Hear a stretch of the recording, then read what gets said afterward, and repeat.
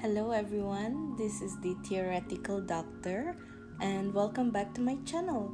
If you want to access flashcards on this topic and other videos, do click the link below. I post videos every week, every Tuesdays and Fridays, so do subscribe for more content. So let's start. Today's topic will be a continuation of lipids and we will be focusing on phospholipids. So this is the phospholipid molecule.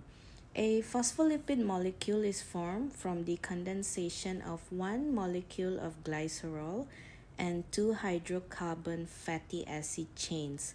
So this part here, this is the glycerol. It connects with two hydrocarbon fatty acid chains, and this part here will form the hydrophobic tail. I'll explain a little bit more about that later. And the third part, the third hydroxyl group of the glycerol is linked with a phosphate group, and that carries the negative charge. It forms the hydrophilic head. So to simplify it, this is how it looks like. This is the hydrophilic head and the hydrophobic tail. Now this is important to remember because this will come to haunt you back in the formation of cell membrane in another chapter.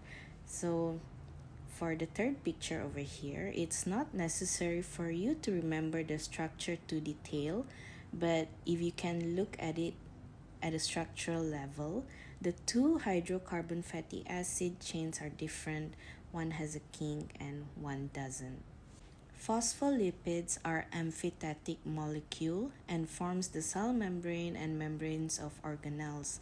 Amphithetic means well, it depends how you pronounce it, amphipathic or amphipathic.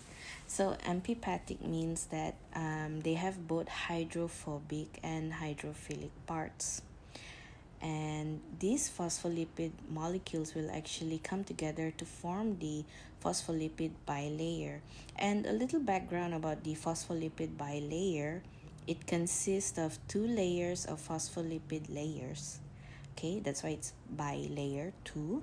And when these layers come together, they are connected by the tails. They are attracted to each other by the tails. So if you look at this is the hydrophobic tail, hydrophilic head. So they are attracted to each other by the tails.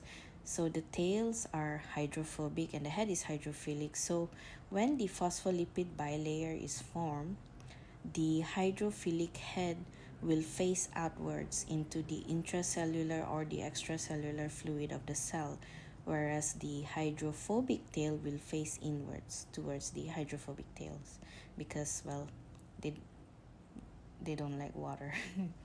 Okay, so yeah, it's written here. So polar hydrophilic head, they point outwards and is attracted to water. They form hydrogen bonds with molecules. The non-polar hydrophobic tails point inwards and they form hydrophobic interactions with one another. Some functions of phospholipids. So it is the main component and it forms the basic structure of the membrane, the phospholipid bilayer. And what it does actually, this phospholipid bilayer, they form a protective barrier between the cell contents and the external environment, and they regulate the transport of substances in and out of the cell. Like you have the passive transport, the active transport. You still remember that?